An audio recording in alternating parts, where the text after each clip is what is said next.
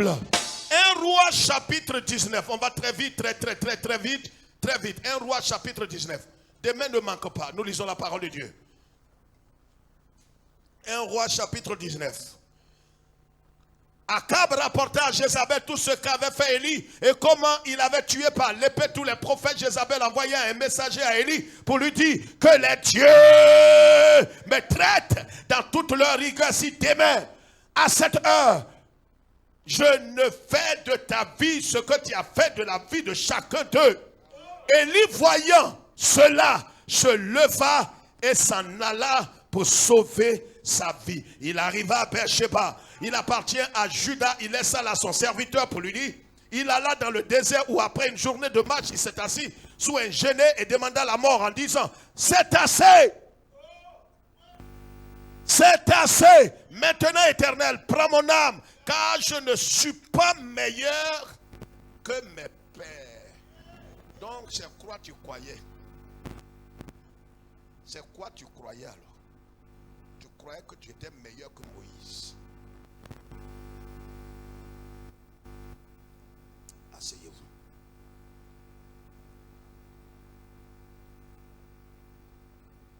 Il se coucha et s'endormit sous un chénet. Voici un ange le toucha et lui dit, lève-toi, mange.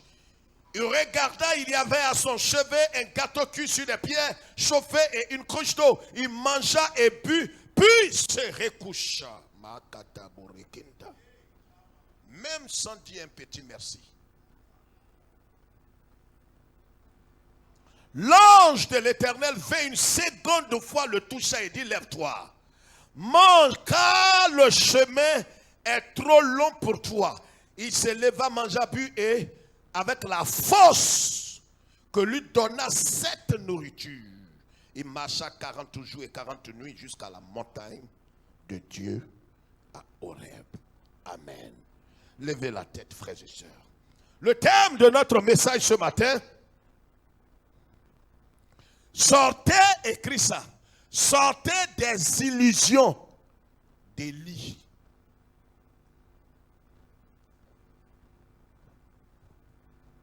Sortez des illusions d'Élie. Jacques chapitre 5, verset 7. Lis la parole. Allons-y très vite. Voilà la parole de Dieu, frères et sœurs. Levez la tête. L'apôtre Jacques, disciple de Jésus-Christ, va donner une parole importante au sujet d'Élie le prophète. Qu'est-ce qu'il dit? Soyez donc patients, frères, jusqu'à l'avènement du Seigneur. Voici, le laboureur attend le précieux fruit de la terre, prenant patience à son regard, jusqu'à ce qu'il ait reçu les pluies de la première et de l'arrière-saison. Oui. Vous aussi, soyez patients, affermissez vos cœurs, car l'avènement du Seigneur est proche. Oui. Ne vous plaignez pas les uns des autres, frères, afin que vous ne soyez pas jugés. Voici le juge, elle est à la porte. Prenez mes frères pour modèle de souffrance et de patience les prophètes qui ont parlé au nom du Seigneur. Voici, nous disons bienheureux ceux qui ont souffert patiemment. Vous avez entendu parler de la patience de Job, et vous avez vu la fin que le Seigneur lui accorda, car le Seigneur est plein de miséricorde et de compassion. Avant toute chose, mes frères, ne jugez ni par le ciel, ni par la terre. Va verset 17 rapidement, pasteur. On va pas, après, à la maison, vous allez lire. Élie était un homme de la même nature que nous. Il pria avec instance pour qu'il ne plût point. Et il ne tomba point de pluie sur la terre pendant 3 ans et 6 mois. Puis il pria de nouveau. Et le ciel donna de la pluie et la terre produisit son fruit. Merci. Asseyez-vous. Frère, voici la parole de Dieu. Levez la tête, je vais aller très vite. Élie, c'est un prophète authentique. La Bible dit, la Bible appelle l'un des habitants de Tishbite. Donc on l'appelle le Tishbite. C'est-à-dire qu'on ne connaît ni son père, on ne connaît ni sa mère, on ne connaît pas sa lignée, on ne sait pas de quelle tribu il sort. Vous savez, quand Dieu veut faire certaines grandes choses, il veut opérer certains miracles dans ta vie, il n'a même pas besoin qu'on fasse allusion à tes parents. Quelqu'un comprend ce que je suis en train de dire? Dans certains milieux, quand tu partiras, on va te demander tu es de quelle famille. Mais le Seigneur te prend de nulle part. Il te prend de quelque part et il t'amène dans une position élevée. Quelqu'un me dit amen.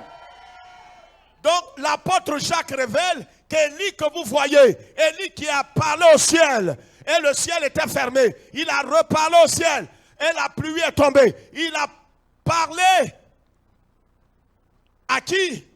Aux prophètes de Baal. Il les a défiés et il les a exterminés au nom du Seigneur. Ce Élie-là, il est de la même nature que nous. C'est là que je voudrais souligner quelque chose de très important ce matin. Vous savez, dans la marche chrétienne, certains aiment se faire appeler, même des serviteurs de Dieu, ils aiment se donner le titre de Élie. Ils veulent ajouter à leur nom le nom d'Élie, ou bien Élisée, ou bien Moïse, mais sans connaître la nature, le ministère et le caractère d'Élie. Et l'apôtre Jacques, il a dit à ses contemporains que Élie que vous voyez, il est de la même nature. Il ne parle pas de l'esprit, il parle de la nature. Oh, notre nature est une nature pécheresse, où il y a des hauts et des bas. Il y a des temps où on croit, il y a des temps où on ne croit pas. Il y a des temps où on bénit Dieu, il y a des temps où on ne bénit pas Dieu. Il y a des temps où on est découragé, abattu, désolé. Élie était de la même nature. Élie se décourageait, Élie se plaignait, Élie fuyait, Élie boudait. Dans la marche chrétienne ce matin, je vais te dire quelque chose de très fort. Tu es dans l'obligation de sortir de tes illusions. Les illusions, c'est ce que tu penses être vrai, mais qui en vérité n'est pas vrai. Malheureusement, plusieurs chrétiens sont dépressifs, sont malheureux, sont devenus pratiquement fous à cause des illusions. Voilà ce que déclare la parole de Dieu. Et le Saint-Esprit a parlé à mon cœur. Frère, nous devons sortir des illusions d'Élie. Nous devons sortir de cette mentalité qu'Élie, le prophète, a eue. Quelles étaient ces illusions? Voici un homme que Dieu a suscité. Écoute-moi très bien. Et si tu empruntes cette voie d'Élie, tu risques de te suicider. On a parlé d'Élie sous d'autres angles, mais on n'a pas parlé d'Élie de la même nature que nous. C'est pourquoi ce matin le Saint-Esprit te dit, toi qui nous suis, sors des illusions, sors de tes rêves. Élie, qu'est-ce qu'il a fait? La Bible dit, il a défié tous les prophètes de Baal, les prophètes d'Astarté. Il leur a dit, c'est à cause de vous que le ciel s'est assombri. C'est à cause de vous que Dieu a abandonné Israël. Akab et sa femme Jézabel, ils ont dit, Élie, c'est à cause de toi. Élie dit, c'est à cause de vous. Et ils disent, c'est à cause de toi, Élie. Élie a dit, bon ben, si ça n'est ainsi, alors vous allez faire une chose. Venez avec tous vos prophètes. Moi, je serai là, seul, au nom de l'Éternel. Ils sont allés, il leur a dit, vous allez commencer les premiers. Écoutez-moi très bien. Vous allez commencer les premiers. Ils ont pris d'abord un taureau et il leur a dit, le Dieu qui va répondre par le feu et qui va consumer le taureau, les pierres, l'eau, c'est ce Dieu-là qui sera le Dieu de tout Israël. Quand ils sont partis, il leur a dit, vous commencez les premiers parce que démocratiquement, vous êtes les plus nombreux. Vous savez, Dieu n'est pas dans la démocratie. Il est dans la théocratie. Dieu est seul, mais il est majoritaire. Non, tu ne comprends pas. Ton esprit est en retard. Il est un, mais il est majoritaire. C'est pourquoi si tout le monde s'oppose à toi, bénis Dieu. Qu'est-ce qui se passe? Il a défié ses hommes. Il leur a dit, vous allez envoyer le feu. Ils ont crié du matin jusqu'au soir. Rien ne s'est produit. Élie, lui, quand il a pris son taureau, le sacrifice, Il a versé de l'eau pour le rendre encore plus grave. Il a versé l'eau dans l'autel. Il a tout fait. Quand il a crié vers Dieu, la Bible dit Dieu n'a même pas attendu qu'il termine. Le feu est descendu du ciel. Ça consumait tout. Quand Élie a fini tout ça, celui qui était présent quand cela se produisait, c'était Akab. Quand Akab est rentré, tu sais, il y a des choses qui t'arrivent à cause du témoignage qu'on a rendu de ce qui s'est passé dans ta vie. Est-ce que je suis en train de dire qu'on ne rend pas témoignage? Ceux qui ne sont pas convertis dans l'église et ils ne rendent jamais témoignage parce qu'ils se disent s'ils rendent témoignage, les sorciers vont bloquer. Tu es le plus misérable des chrétiens évangéliques, le plus malheureux. Tu n'es pas converti. Ton cœur n'est pas circoncis. Tu n'es pas circoncis. Qu'est-ce qui se passe? Akab, quand il est arrivé chez lui à la maison, il a appelé sa femme, il dit chérie, viens. Tu sais ce qui est arrivé aujourd'hui? Le bâtard Élie, il a tué tous nos prophètes. Oh, il a tué tous nos prophètes. Il dit, mais quand il est tué, tu étais où?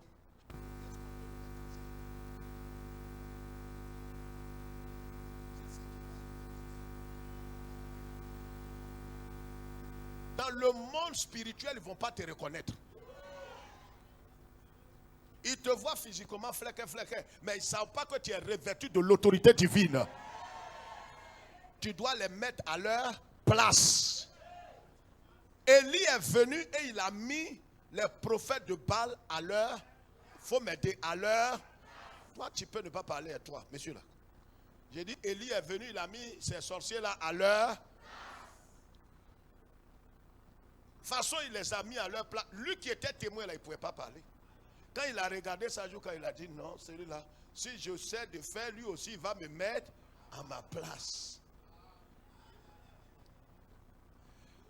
Donc il est allé, il a rendu témoignage à sa femme. Sa femme dit, c'est toi. Demain, Élie envoyait un messager. Ils sont allés dire à Élie, Élie, la femme du roi dit de te dire, demain, au nom de Dieu, s'il n'a pas levé ta tête jusqu'au... Voilà d'où parlent les illusions, frère. Les chrétiens, dans la marche chrétienne, les gens vont jusqu'à parler. Ils maudissent Dieu. Ils sont complètement abusés. Ils sont complètement affolés. Dis, mais je ne comprends pas. Après avoir servi le Seigneur, après avoir fait les offrandes de bonne année à l'Éternel, regardez ce qui nous arrive. Je ne sais pas si c'est Dieu qu'on adore, ou bien l'église est maudite, ou bien le pasteur ne crie pas vers Dieu. Tu vois ta mentalité, comment ton esprit est petit comme pie, et tu es le plus malheureux des chrétiens évangéliques de la terre. Ton esprit est petit comme bille, parce que tu ne connais pas l'écriture et tu n'es pas instruit. La Bible dit, mon peuple ne périt pas à cause de la capacité des sorciers. Mon peuple périt par manque de connaissance. C'est pourquoi l'apôtre Paul dit aux Éphésiens chapitre 1, verset 18, il dit, je prie que le Dieu des cieux illumine les yeux de votre cœur pour vous montrer quelle est la puissance, la grandeur et le pouvoir de notre Seigneur. Comme tu ne connais pas Dieu et que ton esprit n'est pas éclairé, tu ne comprendras pas. Les vents vont se plaindre. Ils sont découragés, abattus. Comment se fait-il que le jour où j'ai apporté mon offrande, ma dîme, Seigneur, normalement quand je donne ma dîme comme ça, je dois être protégé, je dois être gardé, je dois être dans des assurances. Élie allait jusqu'à dire à Dieu, Dieu. Il a couru, il est allé quelque part. Vous voyez les illusions. Et quand les messagers lui ont donné le message, la Bible dit, il n'a pas consulté Dieu. Lui qui d'habitude entendait la voix de Dieu. Vous savez, quand vous serrez, le diable c'est un menteur. Quand on chantait, tu étais heureux. Le diable va chuchoter à ton oreille qui est tendue. Il va te dire des paroles qui vont te troubler. Après avoir donné ta dîme, tes offrandes, bonne année à l'Éternel, tu as donné. Et depuis, il y a une maladie qui s'est réveillée dans ton corps. Tu dis, mais je ne comprends pas, frère. C'est pas que je doute ou quoi. Tu sais, le jour, la fête, C'est comme un courant, quoi. C'est comme un courant. Le traite. C'est comme un courant. Ça m'a fait ce que j'ai dit, c'est quoi ça encore? Après offrande encore. Avant offrande, j'ai pas dit, je comprends. Mais après avoir servi le Seigneur, comme un courant rentre dans mon pied, Seigneur. C'est où on s'en va là maintenant? Mais tu es le malheureux. Pourquoi tu n'irais pas au céleste? Je ne suis pas en train de rire, madame, et ne ris pas. Pourquoi tu n'irais pas au christianisme céleste? Pourquoi tu n'irais pas au filet pour te protéger? Tu vois comment ton esprit est bordé. C'est dans la même pensée qu'était Élie. Et ceux qui écoutent la parole de Dieu, mais dont la parole n'a pas accès à leur cœur pour être sauvés, c'est comme ça ils raisonnent. Parce que dans leur tête, quand ils ont servi Dieu, ils ne devraient plus jamais avoir d'attaque, d'épreuves, d'humiliation dans leur vie. Si c'est ce que tu crois comme évangile, je te le jure sur cette Bible, tu n'achèveras pas la course. Tu n'achèveras pas la course. C'est ce qui a trompé Élie. La parole de Dieu dit qu'il a fui. C'est-à-dire, premièrement, voici les illusions. Il se disait, il va le dire au verset 10. D'abord, la première erreur, c'est qu'il va faire quoi? Il va fuir.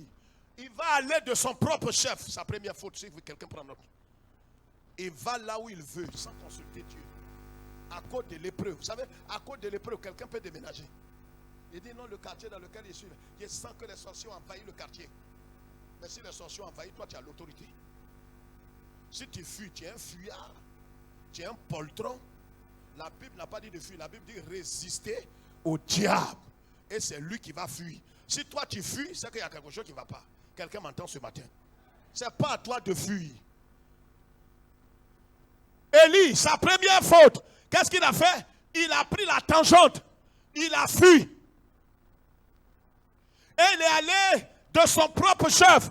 Il est allé de sa propre volonté. Est-ce que tu n'es pas en train d'agir de ton propre chef à cause de l'épreuve? Élie a trouvé que c'est inconcevable, c'est inadmissible, c'est inacceptable qu'après avoir servi Dieu, après avoir honoré Dieu, comme un frère qui était avec nous, qui a donné son offrande et sa dîme et qui a commencé à se réveiller. Comment c'est lui qui meurt? Va demander à Dieu, va avec tes parents, vous allez demander à Dieu. Allez demander à Dieu. Comme ton esprit est petit. Tu vois comment tu es petit d'esprit. Élie, il dit à Dieu, d'abord la première chose c'est qu'il est parti. Il n'a même pas consulté Dieu. Quelqu'un, on te dit, tu es allé agir au nom de Dieu. Maintenant, sa femme te menace, une Jézabel, une sorcière, une maçon, elle te menace, mais va devant Dieu pour dire, Dieu, voilà, j'ai fait ton œuvre, voilà, des gens me menacent. Toi, tu décides de ton propre chef, tu changes de communauté, tu changes de lieu de prière, tu changes de quartier, tu déménages. Mais là où tu vas au nom de qui? Qui est-ce qui t'a ordonné d'aller là? Est-ce que quelqu'un m'entend? Tu ne peux pas agir de ton propre chef parce que tu appartiens au Seigneur. Et tu ne peux pas faire des choses de ta propre volonté. Élie a commencé à agir de sa propre volonté parce qu'il était dépressif, parce qu'il était abattu, il était découragé. Voyez les illusions dans lesquelles tu es rentré.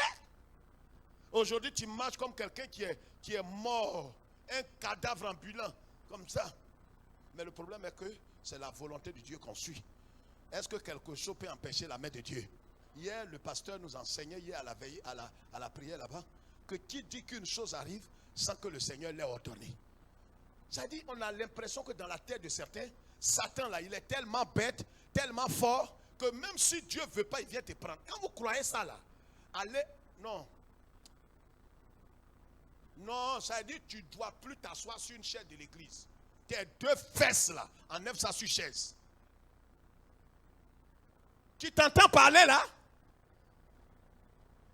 Vous qui ne croyez pas à la toute-puissance du Seigneur Jésus-Christ. Quelqu'un, il a humilié à la croix. Mais quand tu penses au Seigneur, tu as l'impression que c'est un petit. C'est-à-dire là où je suis, si Jésus-Christ n'a pas donné, Satan n'est pas bête, il connaît qui est qui. Satan là, il est intelligent. Dis frère, qu'est-ce que tu en sais? Mais avant de poser un acte, il va voir Dieu. Oui. Autorité, je vais te saluer un peu. Depuis que tu m'as chassé là, il me promène. Oh, il me promène. Bon, je vais aller attaquer un peu ton petit là. Je ne sais pas si tu mets ton cachet. Il dit non. Il s'en va. Il revient encore entre midi et 2. Et il père. Le petit là, Kwangoran là, on fait comment? Il dit, je vais l'attaquer un peu pour voir. Il dit, regarde, en courant, il faut mettre croix sur lui. Laisse-le.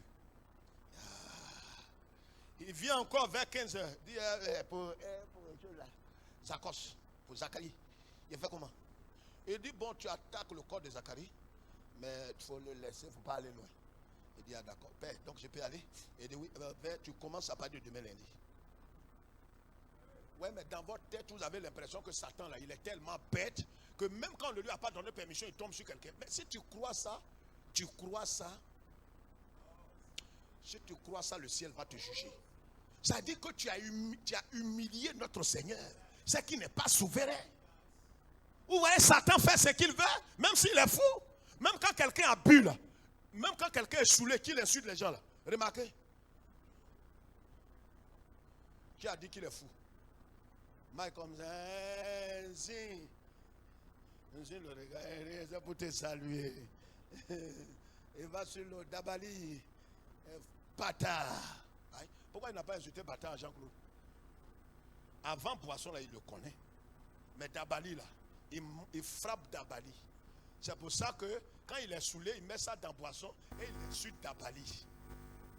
Satan, là, même s'il a bu, il connaît le Seigneur. Or, le Seigneur, là, il est en toi. Tu vois comment tu es petit? Je ne comprends pas. Ma vie est mélangée actuellement. C'est mélangé. Ma vie est mélangée. On ne dit même pas mélangée, on dit mélangée. Ma vie est mélangée. Et depuis la mort du frère là, et puis surtout que ça s'est passé 3 jours après la bonne année à l'Éternel. À la fin, je me suis dit, ouais, bonne année là, alors. Petit d'esprit. Et tu les vois marcher dans l'église, ils sont 2 dieux. Le pasteur arrive. Alléluia, pasteur. Et en plus, il est menteur, il est traite. Tape les 2, dis, j'espère que ce n'est pas de toi, il parle comme ça. Traite. Si j'espère que ce n'est pas de toi, hein. Élie, qu'est-ce qu'il va faire? Regardez, il court, il va, il s'en va, il rentre quelque part. Et il dit pour lui, il alla dans le désert après avoir été temps. Il s'assit sur un genou, il demande la mort. Tellement il est découragé. Quand il demande la mort, vous savez, Dieu est tellement bon. Sors de tes illusions ce matin. Les rêves bidons dans lesquels tu t'es mis. Oh Seigneur, si je fais ça, voilà ce que tu vas faire pour moi. Et tu fais ça, Dieu te met dans une épreuve. Et tu es étonné. Tu dis non, c'est inacceptable. C'est pas possible que tu puisses me faire ça, je ne comprends pas. Il arrive, qu'est-ce que le Seigneur fait? Le Seigneur dans son amour vient, il le réveille. Il envoie un ange, il le réveille. Il dit, regarde, même dans ta dépression, même quand tu ne comprends pas, même quand tu es en train de bouder, je vais t'annoncer ce matin que Dieu pourvoira toujours à tes besoins. Il te fera grâce. Il a réveillé Élie et l'ange lui a dit, il faut te lever, tu vas manger. Mais quelqu'un qui boude, tu vois comment la bonté de Dieu est grande? C'est-à-dire toi-même souvent quand tu regardes, de toute façon tu as parlé du Seigneur, tu as parlé des serviteurs de Dieu, tu les as maudits dans ton cœur. Tu te dis ça là, Dieu ne va rien faire pour moi. Je disais que ce soir là, je ne vais pas manger. Mais c'est dans ça même que tu manges. Et quand tu manges, tu as l'impression que ce que tu as fait là n'est pas mauvais. C'est mauvais. Mais Dieu veut te dire, ne fais pas ça.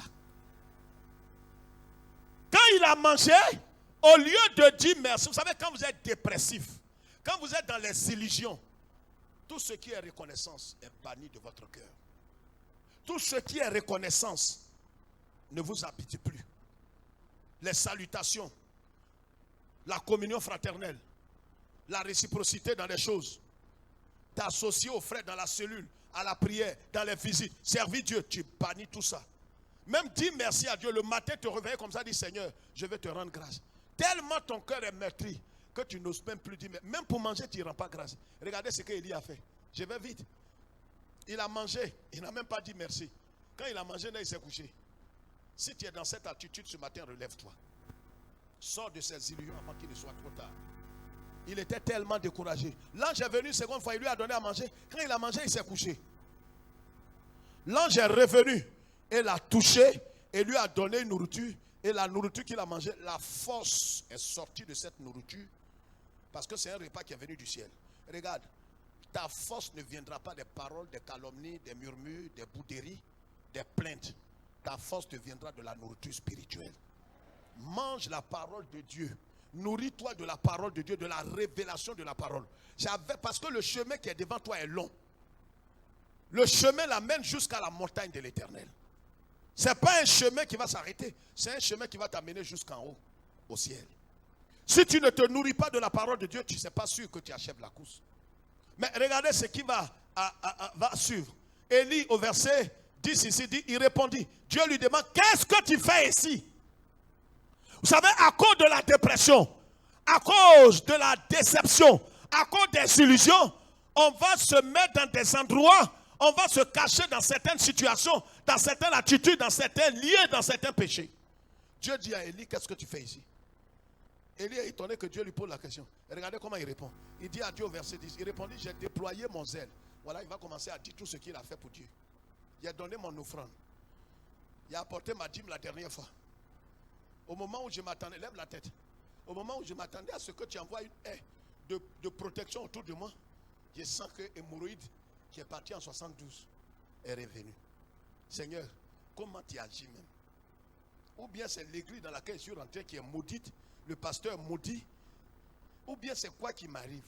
Parce que je ne comprends pas. C'est inconcevable qu'après bonne année à l'Éternel, qu'au travail le patron me dise que c'est mon dernier jour. C'est quelle bonne année? Dieu lui dit, tu fais quoi ici? Là où tu as arrêté dans le tabac, tu es en train de fumer, c'est quoi tu fais là? Tu fais quoi dans le tabac? Tu fais quoi dans la pornographie? Tu fais quoi dans la colère? Tu fais quoi dans la déception? Tu fais quoi dans la dépression? Tu fais quoi dans ça là? Il demande à Élie, qu'est-ce que tu fais ici? Il y a des questions que Dieu te pose. Qu'est-ce que tu fais dans ça? En lieu et place, il dit à Dieu, j'ai déployé. Regardez ce qu'il dit. Voici des gens qui ne tardent pas à relater tout ce qu'ils ont fait.